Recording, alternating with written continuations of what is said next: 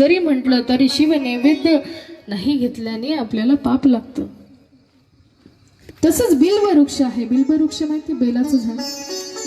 बेलाचं झाड जे आहे, बेलाच्या झाडाखाली जे शिवभक्त असतात त्यांना त्यांचं पूजन त्या बिल्बाच्या मुळाच्या ठिकाणी करायचं असतं. त्या मुळाच्या ठिकाणी जर बसून त्यांना खीर खाऊ घातली ना, खीर, साजूक तुपातली खीर, तर त्याचं फल एवढं अगाध आहे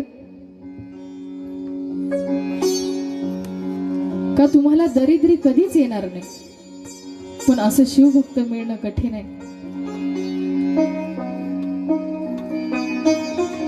आणि आपल्याला आज ते प्राप्त झालं,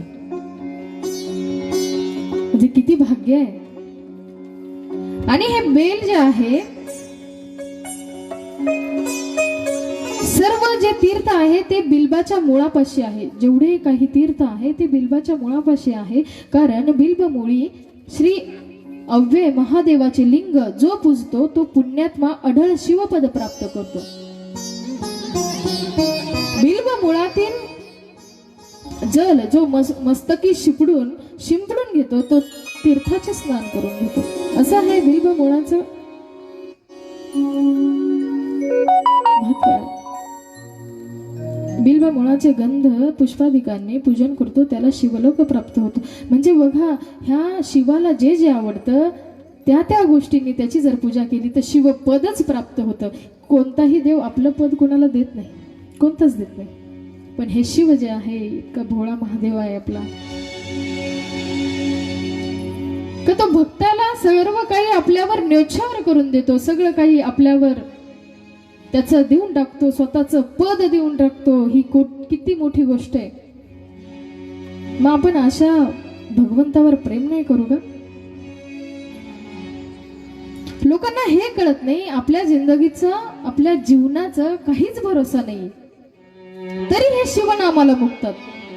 क्या भरोसा है इस जिंदगी का, क्या भरोसा है इस जिंदगी का, क्या भरोसा है इस जिंदगी का, क्या भरोसा है इस जिंदगी का, क्या भरोसा है इस जिंदगी का, क्या भरोसा है इस जिंदगी का, भरोसा है इस जिंदगी का, क्या भरोसा है इस जिंदगी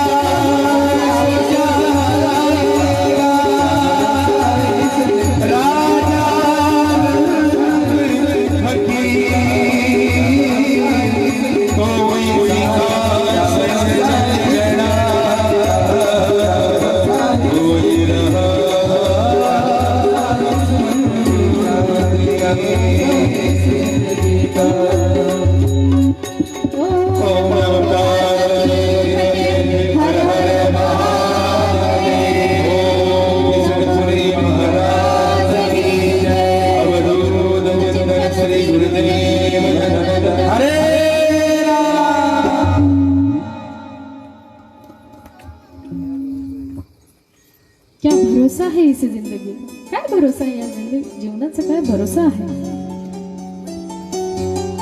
चालता चालताही आपण जाऊ शकतो, इथे बसल्या बसल्याही जाऊ शकतो. पण इथं बसल्यानंतर जर गेलं ना, तेव्हा आपल्याला शिवपद प्राप्त होईल. हा मोठा. पण कोणाला जाऊशी वाटेल का? कोणाला जाऊशी वाटणार नाही, कोणालाच वाटत नाही आपण मरावं. मर ना बोल ना साहती, मर हा बोल ना साहती. बघा, आपण ब्रह्मा विष्णूंचं प्रकट उत्पत्ती बघितली, आपण सृष्टी बघितली, सृष्टीचं उत्पत्ती बघितली आणि नारदाची उत्पत्ती त्यावेळेस झाली. हे जे नारद होते ना, ते जरा चंचल होते, चंचल. ते भगवंताचं नाव घ्यायचे, नारायणाचं नाव घ्यायचे. नारायण म्हणजे शिव आणि शिव म्हणजे नारायण. हे हरी आणि हरे एकच आहे.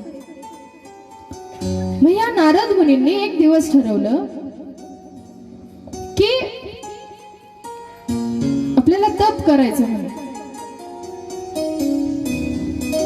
मग ते हिमाचल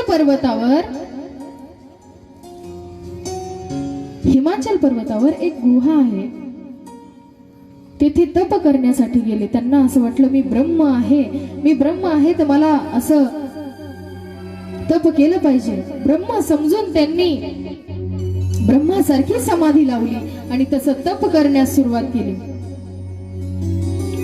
तप करण्यास इतकी शोभनीय गुहा होती आणि त्याच्या बाजूलाच नदी होती, गंगा नदी जवळच. आणि त्या गंगा इतकं शोभनीय होतं. त्या गुहेमध्ये हे गेले आणि यांनी ब्रह्मासारखी समाधी लावली.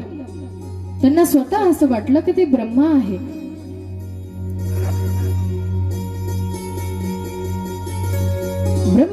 ब्रह्म तर स्वयंभू असतं, हे कुठे ब्रह्म? यांना तर ब्रह्मांनी उत्पन्न केलं, बरोबर ना, आपल्या भ्रुकुटीतून उत्पन्न केलं.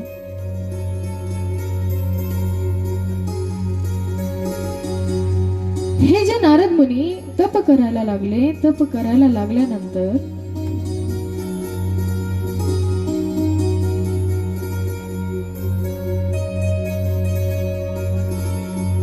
ते साधनेमध्ये एवढे गुंग होते, तपामध्ये एवढे गुंग होते. थोडं शांत बसलं तर चांगलं होईल. खूप चुळचुळ करते आज.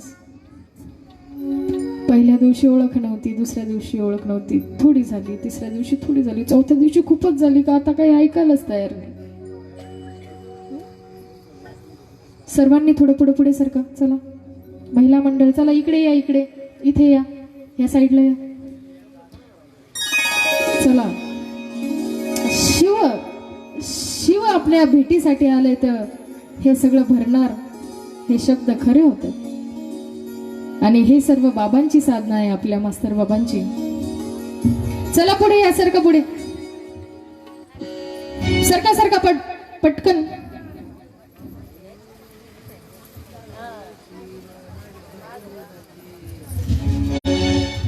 हो